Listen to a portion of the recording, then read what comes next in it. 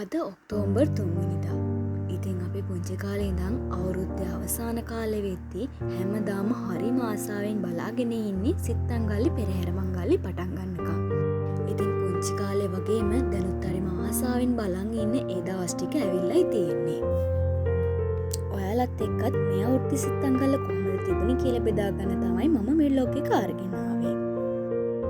හැමදාම වගේ මේ අවුරුද්දෙත් සිත්තංගල්ලේ ග්‍රවුන්ඩ් එක පිරෙන්නම දාලා තිබුණු කඩවල තිබුණු දේවල් තමයි මම මේ මුලින්ම ඔයාලට පෙන්නන්නේ.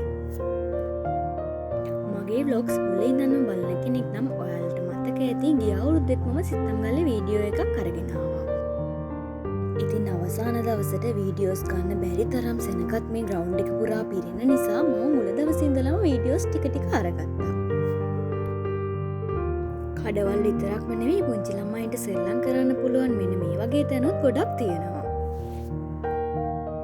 ඉතින් සිත්තම්ගල්ලේ තියෙන පෙරහැර හතරෙන් අවසන් මහා රන්දෝලි පෙරහැරේ වීඩියෝස් මම මේ vlog එකට එකතු කරලා තියෙනවා.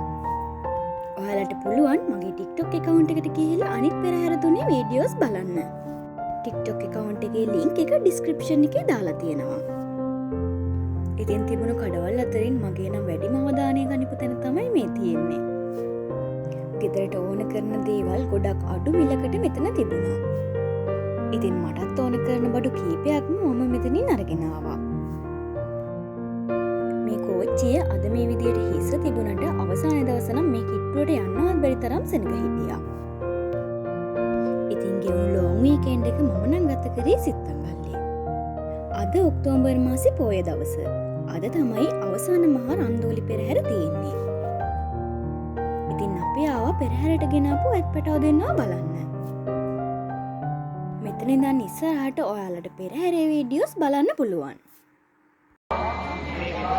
ඉතින් පෙරහැර බලන අතරෙදිම මම ඔයාලට මේ පන්සල ගැන පෙරහැර ගැන විස්තර ටිකක් කියන්නම්.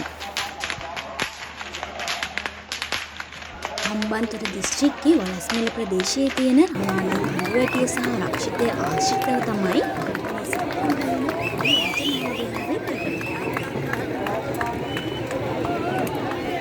මේ චෝතිගබා ගිනි බෝල කරකවනම් පුරුව ඒකත් බොරු කකුල් දෙකක හිටුණා. මම මේ ගිනි බෝල කරකවනවා බලන්න හරිම ආසයි. ඒක හරිම ලස්සනයි. ඉතින් මම කීකී හිටියේ මේ පන්සල ගැනනේ. මේ පන්සල වලගම්බා රජතුමාගේ කාලේ හදපු පන්සලක්. ඔයාලා ගොඩක් දෙනෙක් අහලා ඇතිනේ වලගම්බා රජතුමා සොලි 7 දෙනෙකුට පරාත වෙලා රුහුණට පලා ආවා කියලා. අන්න ඒ වෙලාවේ වලගම්බා රජතුමා හැංගිලා ඉඳන් සේනා සංවිධානය කරලා තියෙන්නේ මෙන්න මේ රාමලේ කන්දයි රක්ෂිතේ ආශ්‍රිතව. හම්බන්තොට දිස්ත්‍රික්කයේ උසම ප්‍රදේශයේ රාමලේ කන්ද කියන්නේ මේ ප්‍රදේශයේ ආශ්‍රිතව හොඳ ස්වභාවික ආරක්ෂාවක් රජතුමාට අනිවාර්යෙන්ම ලැබෙනවා. අවුරුදු 14යි මාස 7ක කාලයක් වලගම්බා රජතුමා මේ ප්‍රදේශයේ වාසය කරලා තියෙනවා. ඉතින් අන්න ඒ කාලේ තමයි රජතුමා මේ පන්සල හදලා තියෙන්නේ. හදාරම් කරපු ස්වභාවික ගල්ලෙන් කීපයක්ම මේ පන්සලේ තියෙනවා. ඒ වගේම ගල්ලෙන් දෙකම අඩි 8ක් විතර දිග සැතපෙන බුදු පිළිම වහන්සේලා දෙනමක් වැඩ ඉන්නවා. මේ vlog එක අවසානයේදී ඔයාලට ඒ ලෙන් විහාර දෙකත් බලන්න පුළුවන්. ඒ නිසා vlog එක ඉවර වෙනකන් බලන්න.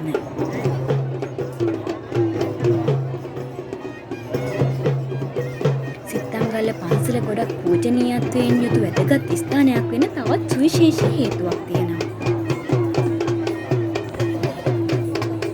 නුවර දළදා මාලිගාවේ වැඩ ඉන්න වංශීය දළදා වහන්සේ මහනුවර රාජධානියට වැඩමවන්න කලින් අවුරුදු 66ක කාලයක් රෝහණ දේශයේ අප්‍රකටව වැඩ හිටියා. කෝට්ටේ රාජධානියේ අවසාන කාලෙදී රජකමට ඇති වෙන ගැටලු නිසා තොටගමුවේ ශ්‍රී රාහුල හාමුදුරුවෝ පිරිපෙටියරාලත් එක්ක එකතු වෙලා කෝට්ටේ දළදා මාලිගාවේ වැඩ ඉඳපු දළදා වහන්සේ රුහුණට වැඩම කරවනවා.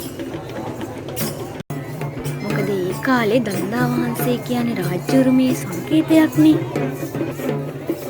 ඉතින් කොළවෙනිගම රජමහා විහාරයේ වැඩ ඉඳපු දළදා වහන්සේ සපුමල් කුමාරයා තමන්ට අයිති කරගන්න එක නතර කරන්න සිත්තම්ගල්ල රජමහා විහාරයට වැඩම කරවලා තියෙනවා.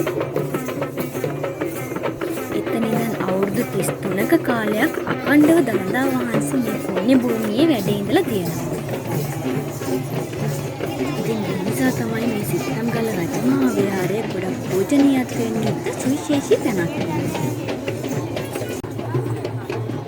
ඒ වගේම තමයි පළවෙනි විජයබාහු රජතුමා පුංචි කාලේ ගත කරලා තියෙන්නේ මේ ප්‍රදේශයේ. පළවෙනි විජයබාහු රජතුමත් මේ පන්සලේ විහෙර විහාර කරවලා තියෙන කියලා තමයි මම නම් අහලා තියෙන්නේ.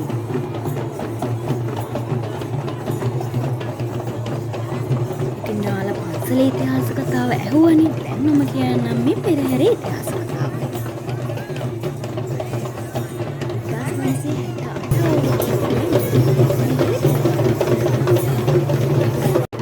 1968 නැටුම් කණ්ඩායම් 10ක් විතර ගිහින් පටන් ගනිමු පෙරහැර තමයි අද මේ වෙද්දි නැටුම් කණ්ඩායම් 100 ගාණක් ගමන් කරන තරමට ලොකු පෙරහැරක් බවට පත් වෙලා තියෙන්නේ.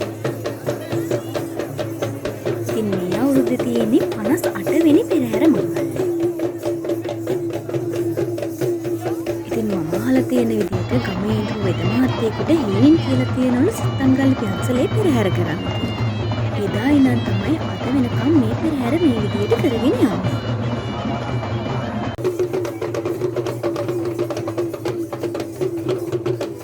උඩරට පහතරට සබරබාමු වගේ සියලුම නර්තන සම්ප්‍රදායන් වල නර්තනයන් මේ පෙරහැරේදී දකින්න පුළුවන්.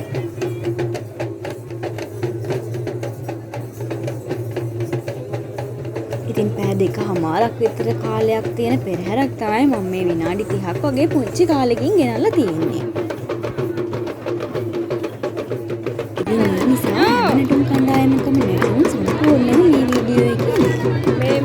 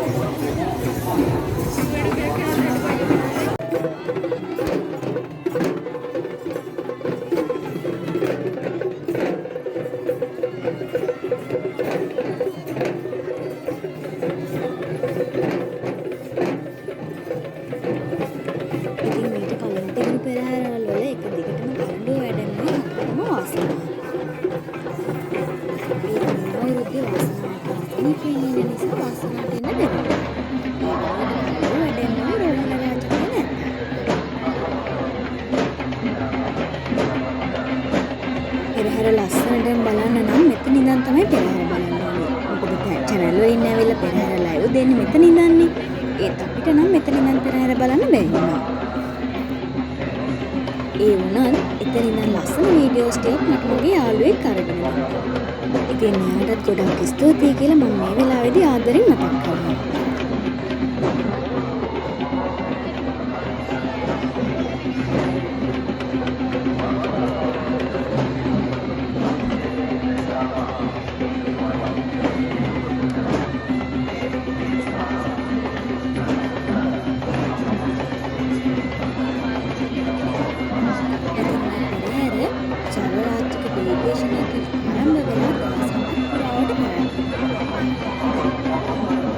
දේවාල පෙරහැරවල් 3 එක්ක අවසන් මහා රන්දෝරි පෙරහැර ඒ දවස් 7 ඇතුළතදී පැවැත්වුණා.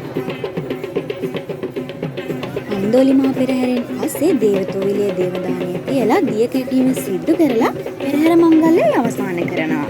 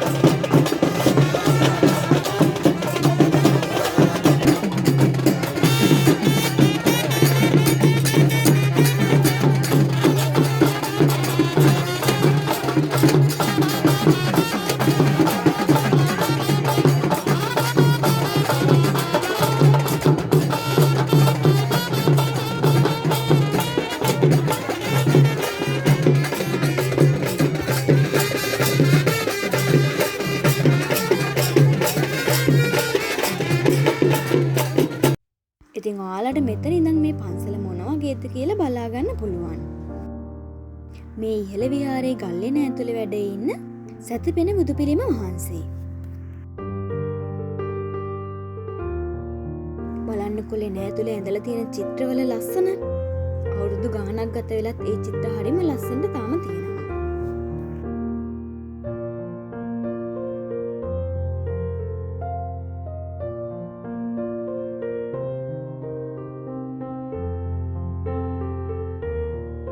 මේ ඉස්සරහින් ඔයාලට දකින්න තියෙන්නේ අලුතින් හදාපු බුදු මෙදුර.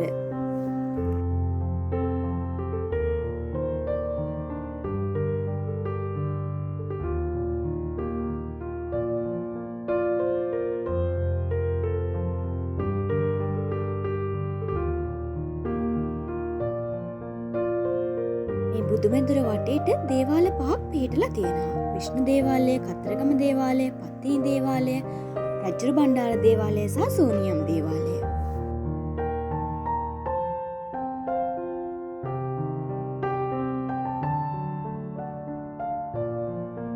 මේ තමයි සිත්තංගල්ල විහාරයේ තියෙන ඉපැරණි බෝධීන් වහන්සේ.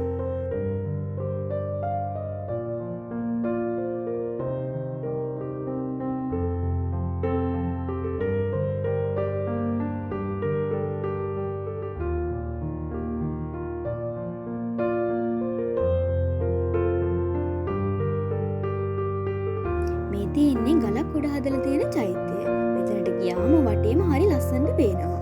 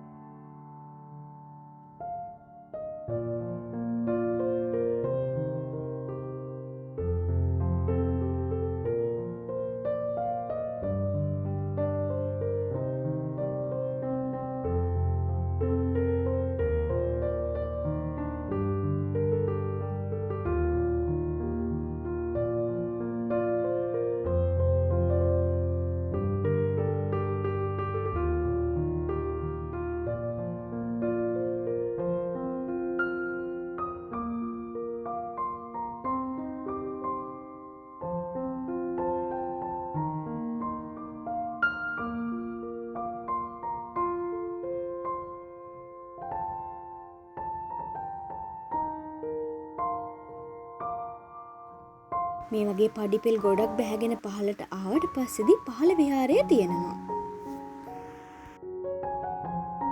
පහළ විහාරයත් ගල්ලෙන් ඇතුලේ තමයි හදලා තියෙන්නේ.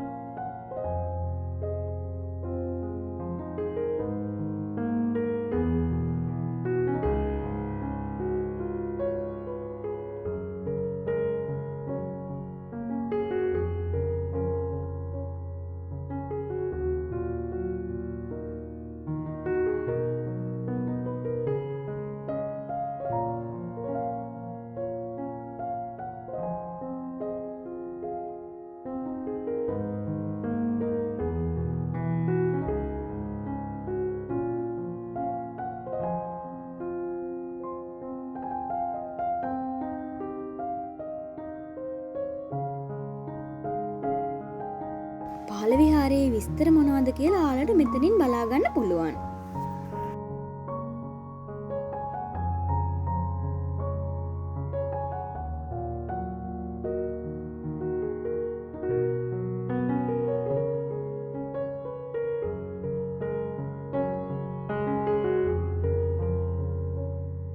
ඔයාලා දැන් මේ දකින්නේ පහළ විහාරයට ඇතුළු වෙන්න තියෙන තැන.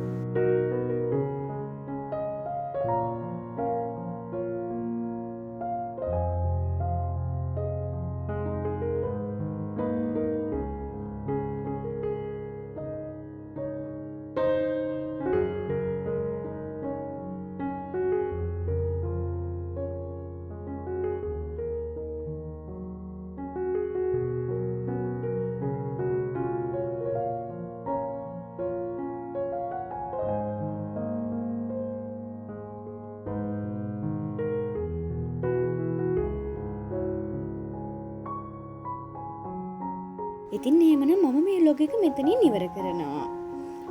මේ vlog එකත් එක්ක දිගටම එකතු වෙලා ඉඳපු ඔයාලා හැමෝටම ගොඩක් ස්තුතියි. වීඩියෝ එකට කැමති නම් like එකක් දාලා ඔයාලගේ අදහස් request comment කරගෙන යන්න වගේම channel එකත් subscribe කරගෙන යන්න අමතක කරන්න එපා. ආයෙමත් අලුත් ලස්සන වීඩියෝ එකකින් හමු වෙනකන් ගිහින් එන්නම්. bye.